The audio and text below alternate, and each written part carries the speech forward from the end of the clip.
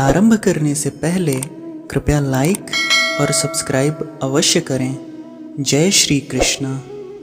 28 अमीर बनने के लिए एक एक क्षण संग्रह करना पड़ता है, किंतु अमर बनने के लिए एक एक कण बांटना पड़ता है।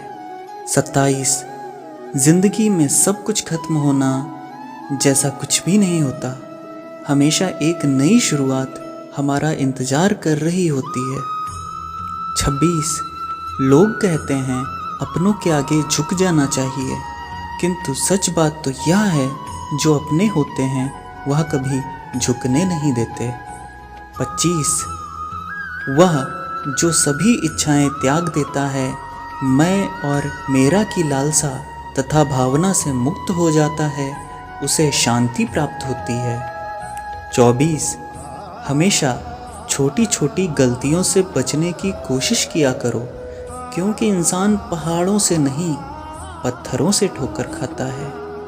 23 शांति से भी दुखों का अंत हो जाता है और शांत चित्त मनुष्य की बुद्धि शीघ्र ही स्थिर होकर परमात्मा से युक्त हो जाती है। 22 अपनी पीड़ा के लिए संसार को दोष मत दो, अपने मन को समझाओ। तुम्हारे मन का परिवर्तन ही तुम्हारे दुखों का अंत है।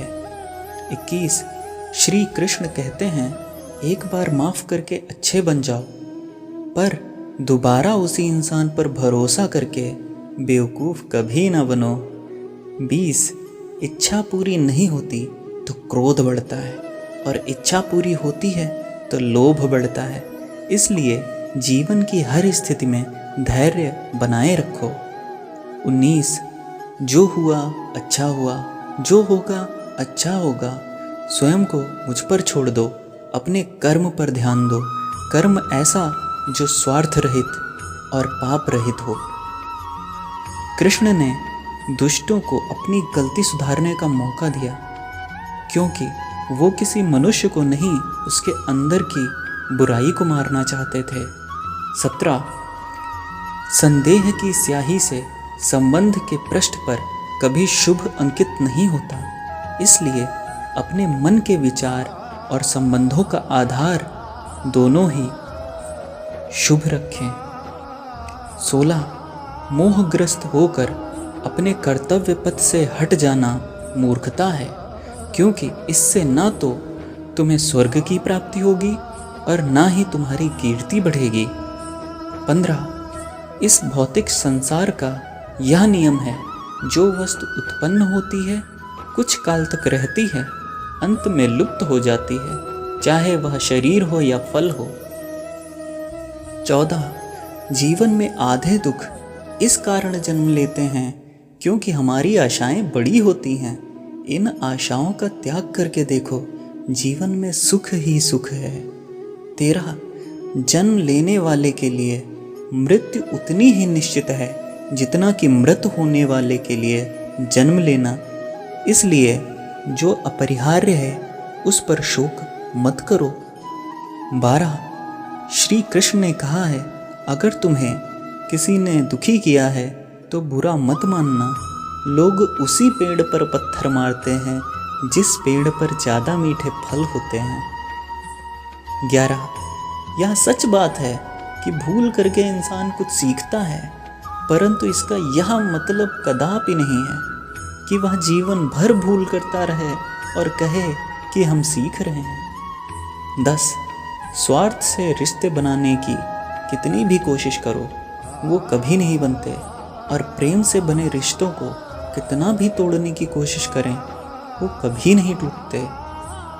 9 क्रोध से भ्रम पैदा होता है, भ्रम से बुद्धि व्यग्र होती है, जब बुद्धि व्यग्र होती है तब तर्क नष्ट हो जाता है, जब तर्क नष्ट होता है तब व्यक्ति का पतन हो जाता है।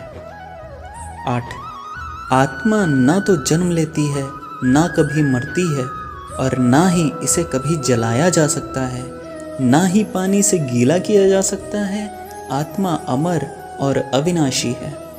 7 अगर व्यक्ति शिक्षा से पहले संस्कार, व्यापार से पहले व्यवहार और भगवान से पहले माता पिता को पहचान ले तो जिंदगी में कभी कोई कठिनाई नहीं आएगी। 6. विषयों का चिंतन करने से विषयों की आसक्ति होती है।